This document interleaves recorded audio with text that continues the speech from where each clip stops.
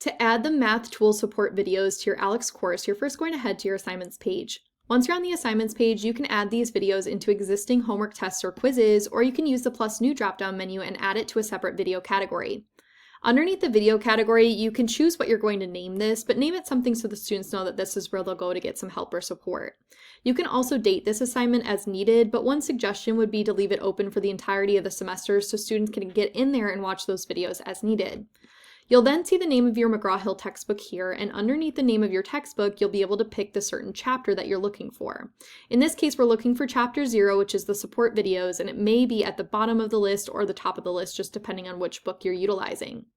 Underneath the support videos, you're looking for the answer entry orientation video list, so you'll click that, and then you'll see the list of all of the videos we've created for this specific course and textbook. All of these videos are how-to videos on how to use the tools within ALEKS to answer the questions.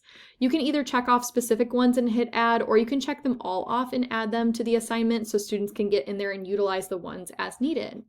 Once you have all of the videos that you want added to your assignment, you'll click continue and you'll set the settings the way that you want them. And one suggestion is to leave it on unlimited attempts so students can get in there and watch the videos as needed. And when you're finished, you'll click create assignment.